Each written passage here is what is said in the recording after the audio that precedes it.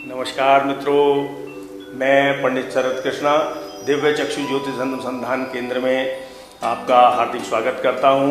दोस्तों, मैं आपका बहुत आभार व्यक्त करना चाहता हूं कि आप लोग मेरे एपिसोड्स को लगातार देख रहे हैं। आपका प्यार मुझे मिल रहा है। दोस्तों, आने वाले दिनों में भी मैं आपको इसी प्रकार लाभकारी जानकारी आगे देने का प्रयास करता रहूँगा। दोस्तों, जैसा कि आपको पता है, हमने एक नए धारावाहिक की शुरुआत की थी, जिसके पिछले एपिसोड में हमने आपको बताया था मेष लग्न के व्यक्तियों को कौन से रत्न धारण करने चाहिए और कौन से नहीं। दोस्तों, आज की चर्चा को मैं आगे बढ़ाऊं उससे पहले मैं आपको बताना चाहता हूं कि वैदिक ज्योतिष में रत्नों द्वारा किए जाने वाले उपायों का बहुत ही शुभकारी परिणाम प्राप्त होता है, लेकिन यह अशुभ परिणाम ना दे, इसके लिए बहुत आवश्यक बात यह है कि हम रत्न का चयन, रत्न का निर्धारण, रत्न किस धातु में धारण किया जाए, किस दिन किया जाए, इसका सबका ज्ञान हम किसी विद्वान ज्योतिष द्वारा पाएं। सबसे पहले हम ये निर्धारण जरूर करा लें कि हमें कौन सा रत्न किस महादशा में धारण करना है, किस काम के लिए करना है, किस उपाय के लिए हमें करना है।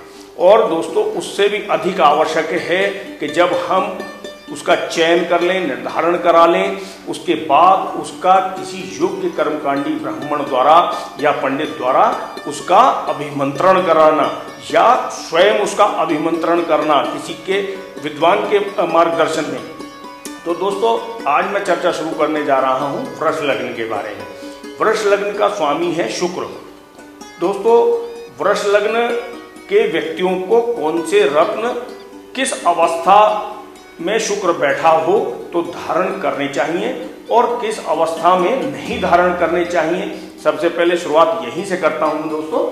तो मैं आपको सबसे पहले बताऊंगा कि शुक्र की किन अवस्थाओं के कारण हम शुक्र का रत्न हीरा या उपल धारण कर सकते हैं। जैसे कि लग्न में शुक्र बैठा हो, द्वितीय भाव में बैठा हो, चतुर्थ भाव में बैठा हो, पंचम भाव में बैठा हो और सप्तम भाव, नवम भाव, दशम भाव, इनमें यदि शुक्र बैठा हुआ हो दोस्तों, तो हम इसका रत्न हीरा या उपल धारण करें। हीरा या उपल केवल प्लेटिनम या चांदी में श्वेत धातु में ही धारण किया जाता है और शुक्रवार के दिन किया जाता है। दोस्तों, यदि शुक्र तृतीय भाव, षष्ठ भाव, अष्टम भाव, एकादश भाव या द्वादश भाव यानी व्यय भाव, इनमें यदि शुक्र बैठा हुआ हो तो इसका रत्न हमें कतई धारण नहीं करना चाहिए। दोस्तों, शुक्र चतुर्थ भाव में और पंचम भाव में बहुत बली होता है। यहाँ पर बैठा दिशा दिग्बली होता है और यहाँ पर बैठा हर्ष बली होता है। इसलिए दोस्तों, यहाँ पर बैठा शुक्र आपको बहुत अच्छे परिणाम देगा। यहाँ पर दशम भाव में बैठा हुआ शुक्र तो आपको न्यायाधीश, वकील, बड़ा ऐश्वर्यशाली व्यक्ति बनाने की क्षमता शुक्र रखता है, यदि कुंडली में और ग्रहों की स्थिति अच्छी हो। दोस्तों, अब इसके त्रिकोण भावों पर मैं आता हूँ। त्रिकोण भाव के स्वामी हैं इसके बुध और शनि। शनि की एक खास बात इस वृष लग्न की कुंडली में होती है कि शनि अकेला ही वृष लग्न की कुंडली में राजयोग कारक होता है। दोस्तों, क्यों होता है ये बताऊं मैं आपको। चूंकि किसी भी कुंडली में यदि नवमेश और दशमेश आपस में किसी प्रकार का संबंध बनाए, यानी राशि परिवर्तन योग करें, या मतलब कि नवमेश दशम भाव में बैठा हो और दशमेश नवम भाव में बैठा हो, या नवमेश और दशमेश की युति दशम भाव में हो या नवम भाव में हो, तो यह बहुत बड़ा राजयोग कारक योग होता है। दोस्तों, चूंकि इस कुंडली में, वृष लग्न की कुंडली में नवमेश और दशमेश दोनों स्वयं शनि हैं, तो इसलिए इस कुंडली में शनि बहुत राजयोग कारक होता है, अकेला ही। तो दोस्तों, मैं अब आपको बताऊं बुध किन भावों में बैठा हुआ हो तो इसका रत्न हमें धारण करना चाहिए। दोस्तों, यदि बुध लग्न में बैठा हो, द्वितीय भाव में बैठा हो, चतुर्थ भाव में बैठा हो, पंचम भाव में बैठा हो, सप्तम भाव में बैठा हो और नवम में, दशम में बैठा हुआ हो तो इसका रत्न पन्ना हम धारण कर सकते हैं दोस्तों।